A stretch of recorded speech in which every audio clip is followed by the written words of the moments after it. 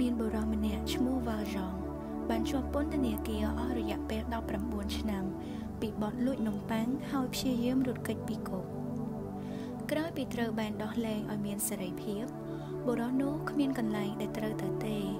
ហើយក៏គ្មាននរណាម្នាក់ផ្ដល់ជំនួយដល់គាត់ដែរពីព្រោះគាត់ជាអតីតអ្នកទោសប៉ុន្តែទោះជាយ៉ាងនោះក្តីក៏នៅមានអាចារ្យម្នាក់ព្រមទទួលគាត់ឲ្យទៅស្នាក់នៅនាយប់នោះ Valjean បានលួចយកគ្រឿងប្រាក់របស់លោកអាចារ្យហើយបានរត់គេចខ្លួន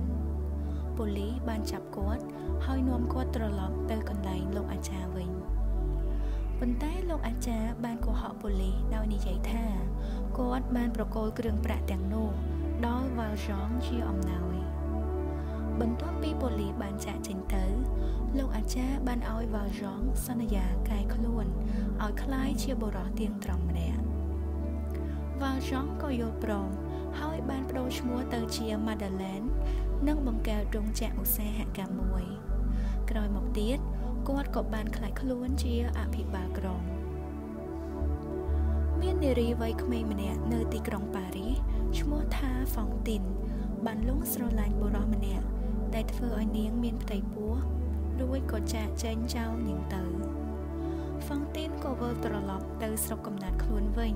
ជាមួយនឹងកូនស្រីឈ្មោះ Cosette នាងក៏ដឹងដែរថាមិនអាចរកការងារធ្វើនៅទីនោះបានទេប្រសិនបើមនុស្សដឹងថានាងមានកូនឥតខាន់ស្លាដូច្នេះ Fantine បានផ្ញើ Cosette នៅឯគ្រួសារ Thénardier ហើយបានចាកចេញទៅទីក្រុងមួយទៀតដើម្បីស្វែងរកការងារនាងសន្យាថានឹងផ្ញើប្រាក់ឧបត្ថម្ភប្រចាំខែទៅគ្រួសារ Thénardier សម្រាប់ការមើលថែរក្សាកូនរបស់នាងប៉ុន្តែនាងមិនបានដឹងនោះទេថា Cosette ត្រូវបានគ្រួសារនោះធ្វើបាបយ៉ាងណាមានពេលមួយពួកគេបានផ្ញើលិខិតទៅ Fantine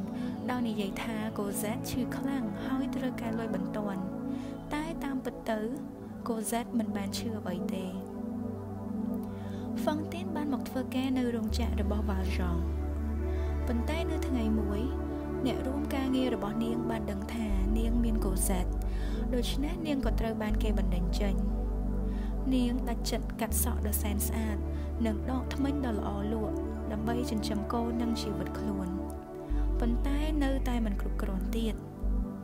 នាងក៏សម្រេចចិត្តងាកទៅប្រកបរបរបេសកចារនៅយប់មួយបុរសម្នាក់បានចាក់ព្រិលចូលទៅក្នុងអាវរបស់នាងហើយ Fantine បានវាយប្រហារទៅលើបុរសនោះប៉ូលីសបានមកដល់ហើយចាប់ខ្លួន Fantine ប៉ុន្តែ Valjean បានជួយដោះស្រាយឲ្យនាងត្រឡប់ទៅផ្ទះវិញក្រោយមកនាងក៏ធ្លាក់ខ្លួនឈឺជាទម្ងន់ហើយនាងបានឆ្លៀតផ្ដាំ Valjean ឲ្យជួយតាមរកនិងថែរក្សាកូនស្រី Cosette របស់នាងផង Valjean ក៏យល់ព្រមប៉ុន្តែក្រោយពីបានទទួលដំណឹងថាមេប៉ូលីស Javert ចាប់បានបុរសម្នាក់ឈ្មោះ Valjean គាត់ក៏មានវិប្បដិសារីរួចទៅសារភាពប្រាប់ពីអត្តសញ្ញាណពិតរបស់គាត់ដែលជា Valjean ហើយឲ្យគេដោះលែងបុរសរងគ្រោះនោះដោយគាត់ប្រគល់ខ្លួនទទួលទោសវិញដំណឹងនេះបានលេចលឺទៅដល់ Fantine ហើយនាងសែនរន្ធត់ចិត្តនិងអស់សង្ឃឹមយ៉ាងខ្លាំងរួចក៏ដាច់ខ្យល់ស្លាប់ទៅប៉ុន្មានឆ្នាំក្រោយមក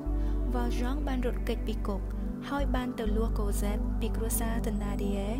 និងបានផ្លាស់ប្ដូរទីលំនៅជាបន្តបន្ទាប់ដើម្បីគេចចេញពីការតាមចាប់របស់ Javert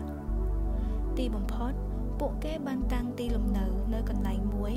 ដែល Cosette អាចចូលរៀនបានហើយ Valjean មានការងារធ្វើជាអ្នកថែសួនច្បារ Marius ជានិស្សិតច្បាប់វ័យក្មេងម្នាក់ដែលបានជួប Cosette នៅឯសួនសាធារណៈហើយបានលងស្រឡាញ់នាងនៅថ្ងៃមួយ Valjean បានយកអំណោយមនុស្សធម៌ទៅចែកឲ្យអ្នកជិតខាងរបស់ Marius ដែលជាគ្រួសារក្រីក្រមួយទើបនឹងមករស់នៅទីនោះតាមពិតទៅគ្រួសារនោះគឺពួក Thénardier ដែលបានធ្លាក់ខ្លួនក្រហើយផ្លាស់ប្ដូរអត្តសញ្ញាណរបស់ពួកគេគ្រួសារ Thénardier នៅចាំ Valjean ច្បាស់ហើយក៏រៀបគម្រោងមួយដើម្បីប្លន់គាត់ Marius ដឹងអំពីផែនការនេះដូច្នេះគាត់បានទៅរាយការណ៍ប្រាប់ប៉ូលីសដែលជា Javert គ្រួសារតាណាឌីយ៉េត្រូវបានគេចាប់ខ្លួនហើយវ៉ាល់យ៉ង់បានរត់គេចមុនពេលប៉ូលីសយ៉ាវ៉ែអាចកំណត់អត្តសញ្ញាណគាត់បានកូនស្រីរបស់គ្រួសារតាណាឌីយ៉េគឺនាងអេប៉ូនីនបានលងស្រឡាញ់ម៉ារីយ៉ូសហើយនាងក៏ជួយរកអាសយដ្ឋានរបស់កូហ្សេតឲ្យគាត់ទីបំផុតម៉ារីយ៉ូសនិងកូហ្សេតបានជួបគ្នានិងសារភាពស្នេហារបស់ពួកគេចំពោះគ្នាទៅវិញទៅមកក៏ប៉ុន្តែវ៉ាល់យ៉ង់មានការព្រួយបារម្ភថាគាត់នឹងបាត់បង់កូហ្សេតហើយដោយសារតែភាពចលាចលនៅក្នុងទីក្រុងផងគាត់ក៏សម្រេចចិត្តឲ្យប្រកាសថាគាត់នាំកូហ្សេតទៅនៅប្រទេសអង់គ្លេសឮដូច្នេះម៉ារីយ៉ូសបានរត់ទៅសុំលុយជីតារបស់ខ្លួនដើម្បីមករៀបការជាមួយកូហ្សេតតែត្រូវបានជីតាគាត់បដិសេធចៃដន្យអាក្រក់ពេលម៉ារីយ៉ូសត្រឡប់មកវិញកូហ្សេតបានចាកចេញបាត់ទៅហើយបន្ទាប់មកម៉ារីយ៉ូសក៏បានចូលរួមក្នុងចលនាបះបោរនយោបាយជាមួយមិត្តភ័ក្តិរបស់គាត់ប្រដាប់ដោយកាំភ្លើងខ្លីពីដើមម៉ារីយ៉ូសធ្វើដំណើរទៅកាន់ខ្សែប្រយុទ្ធជួរមុខដើម្បីសេរីភាពនិងប្រជាធិបតេយ្យមិនយូរប៉ុន្មានពួកគេបានដឹងថាប៉ូលីសយ៉ាវ៉ែគឺជាជនបង្កប់ក្នុងចំណោមពួកគេហើយក៏បានចាប់គាត់ចងបង្ខាំនៅមួយកន្លែងក្នុងការប្រយុទ្ធគ្នាមួយម៉ារីយ៉ូសបានរួចផុតពីសេចក្តីស្លាប់ដោយនាងអេប៉ូនីនទៅពាំងគ្រាប់ជំនួស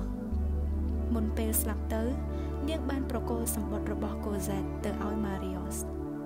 គ្រាន់តែអានសម្បត្តិនោះចប់ភ្លាមម៉ារីយ៉ូសក៏សរសេរសម្បត្តិមួយច្បាប់ហើយសូមឲ្យក្មេងប្រុសម្នាក់ជួយប្រគល់សម្បត្តិនោះទៅឲ្យកូហ្សេតតែជាអកុសលសម្បត្តិនោះមិនបានទៅដល់ដៃនាងឡើយដោយសារវ៉ាល់យ៉ង់ជាអ្នកទទួលជំនួសវ៉ាល់យ៉ង់ក៏បានមកសមរភូមិដើម្បីជួយសង្គ្រោះម៉ារីយ៉ូស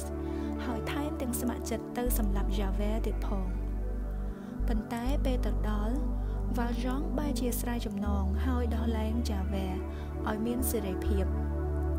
ក្រោយមកវ៉ាល់យ៉ង់ក៏នាំយកម៉ារីយ៉ូសដែលកំពុងរងរបួសរត់ចេញពីសមរភូមិនោះនៅតាមផ្លូវវ៉ាល់យ៉ង់បានជួបយ៉ាវ៉ែដែលគ្រងមកចាប់ខ្លួនគាត់ប៉ុន្តែយ៉ាវ៉ែបានប្តូរចិត្តដោះលែងវ៉ាល់យ៉ង់ដោយសារតែវ៉ាល់យ៉ង់បានដោះលែងគាត់ម្ដងដែរកាលពីនៅសមរភូមិការដោះលែងនេះបានធ្វើឲ្យយ៉ាវ៉ែមានវិបត្តិអត្តសញ្ញាណក្នុងនាមខ្លួនជាប៉ូលីសហើយក៏បង្ខំចិត្តលោតទឹកសម្លាប់ខ្លួនទៅម៉ារីយ៉ូសមិនដឹងថាវ៉ាល់យ៉ង់ជាអ្នកជួយសង្គ្រោះគាត់ទេនៅពេលគាត់បានជាសះស្បើយពេញលេញគាត់ក៏បានរៀបការជាមួយកូហ្សេតថ្ងៃមួយវ៉ាល់យ៉ង់បានប្រាប់ម៉ារីយ៉ូសពីឧក្រិដ្ឋកម្មអតីតកាលរបស់គាត់ចាប់ពីពេលនោះមកម៉ារីយ៉ូសបានព្យាយាមរារាំងកូហ្សេតមិនឲ្យតាក់ទងជាមួយវ៉ាល់យ៉ង់ទេវ៉ាល់យ៉ង់ក៏ចាប់ដើមឯកានិងកើតជំងឺបាក់ទឹកចិត្ត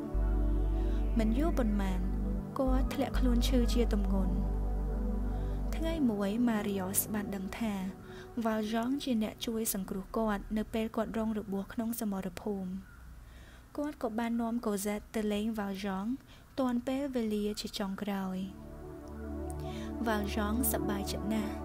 ហើយក៏បិទភ្នែកទាំងញញឹមជារៀងរហូតទៅ